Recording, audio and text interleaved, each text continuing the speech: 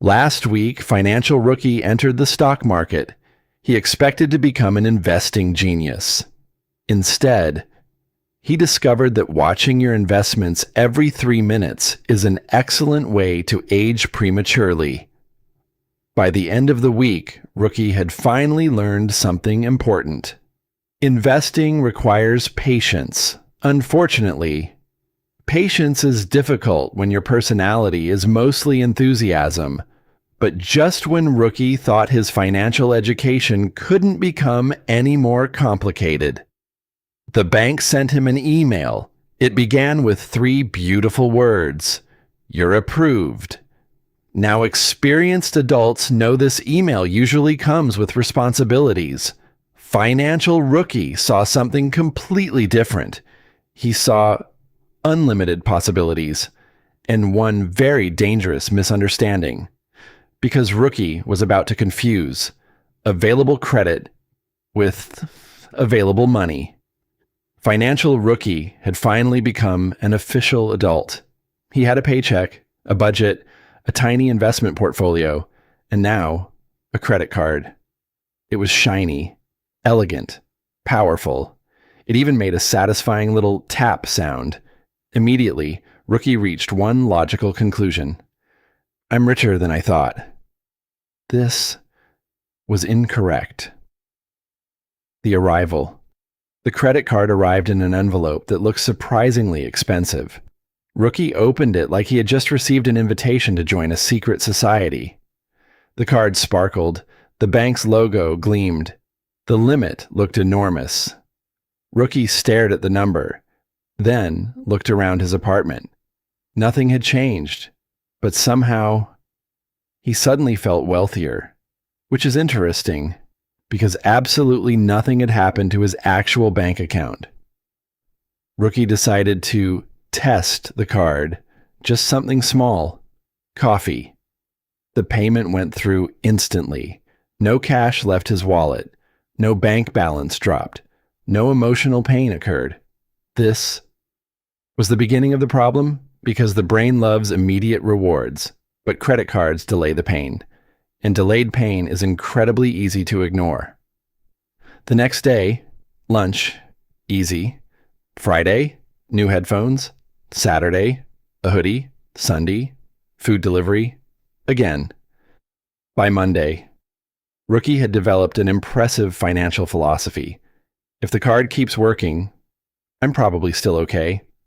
This strategy has historically produced mixed results, mostly bad ones. Then, the statement arrived. Rookie opened the app. His smile disappeared. He blinked, closed the app, opened it again. The number remained exactly the same. Apparently, refreshing your credit card statement does not reduce it.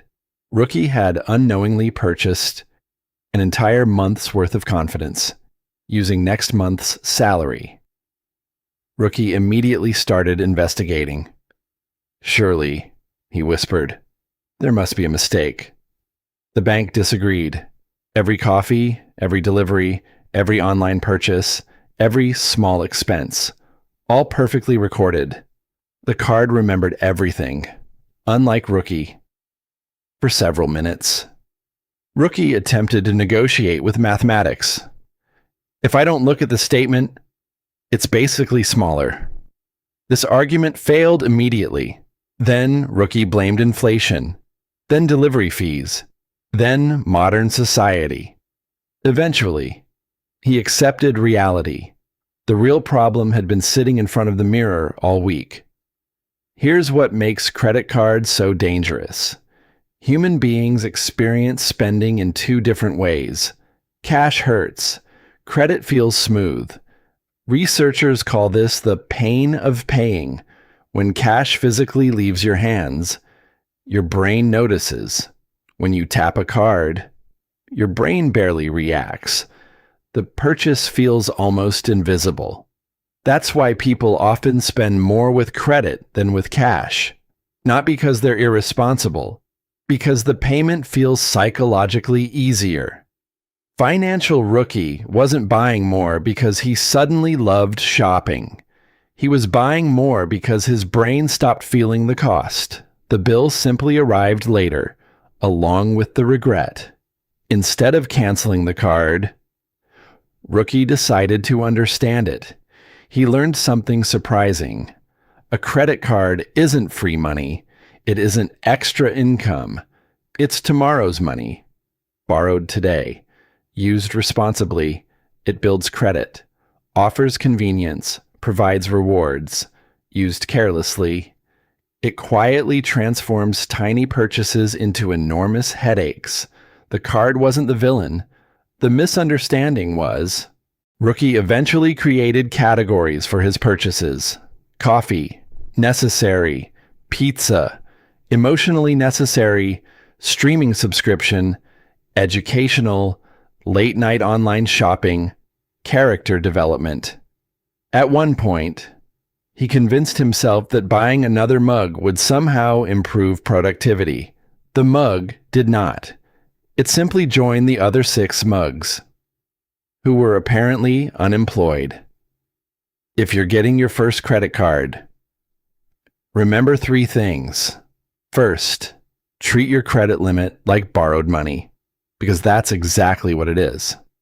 Second, only spend what you could pay off today, not next month. Today. Third, always pay the full balance whenever possible. Interest is surprisingly patient. It waits quietly. Until it becomes expensive, Financial Rookie survived his first credit card. Barely. He didn't become bankrupt. He didn't become rich. But he finally understood something that many people learn far too late. Just because you can buy something doesn't mean you can afford it. And sometimes, the easiest money to spend is the hardest money to repay. Next week, Financial Rookie discovers side hustles. The internet promises easy money, passive income, freedom, work from anywhere. Apparently, all you need is a laptop, Wi-Fi, and absolutely no understanding of how difficult any of it actually is. Can Rookie build a successful side hustle? Or will he accidentally spend more money starting one than he ever earns? Subscribe before Financial Rookie mistakes easy money for easy work. And we'll see you in the next mistake